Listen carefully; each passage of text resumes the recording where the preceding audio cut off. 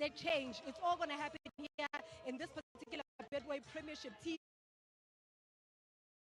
And especially because of it is all about the mood. It is all about the tension that might rise. With that said, Razi, I will be back with the team news. Thank you very much to you, LP. We'll be hearing from her in a short while as well. But that's basically the story then coming out of Kaizer Chiefs Football Club. Let's quickly remind you of what the standings look like ahead of the second meeting of the season between these two sides. And if you look at between third and sixth, where Kaizer Chiefs find themselves, just 4 points a difference, Coach. Durban City win, can go up to third. Kaizer Chiefs win, they can, with a few games in hand, climb as high as fifth. Yeah, with the performance that Chiefs has right now, games in hand are not a certainty for you to get points. However, you look at Durban City in the past 5 games, they're the third best performing team because they've really done well in getting points there. They've scored 5, conceded only 3, but that for me is incredible. It speaks to the mentality, even with the turmoil that they have with the coaching staff changes, but it shows you that the club has an identity of some sort because the players are continuing how they started. And this is a team that got promoted. It's like we've forgotten, but they just recently got promoted, and a bulk of the players that got them to promotion, they're still there, and we are seeing great work from them.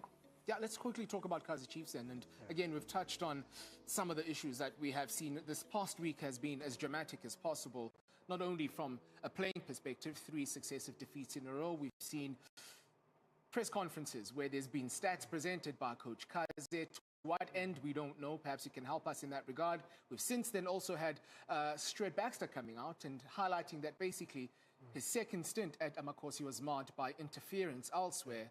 What do you make of all of that? Well, there's a lot of noise coming out of Nature Arena and a lot of noise speaking about the team. But I think, I'll mention it again, the last 3 results was unbecoming. But more so, I think it's just the effort, especially in that Orlando-Soweto derby. You know? So I think that is where everything just turned pear-shaped and on his back. And I think there's just so much that coaches can do. And coaches that were on the helm, you see the coach, if there's a slip and you get caught on the counter, it's difficult for a coach to save that. The players need to possibly look at themselves and say, listen, guys, we don't mind losing, but how are you going to lose? That's the big thing. Did you show effort? Sometimes it's not going your way. Let's get physical, you know. So I think the reaction was disappointing, hence the backlash from fans and coaches and everything there. But at the end of the day, that's why it's called a beautiful game. You have an opportunity the very next game to change everything.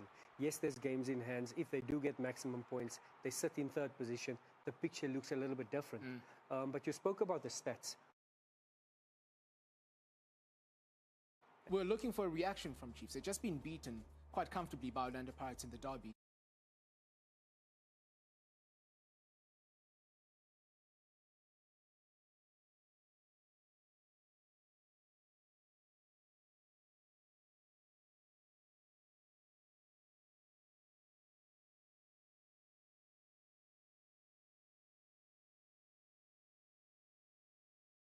At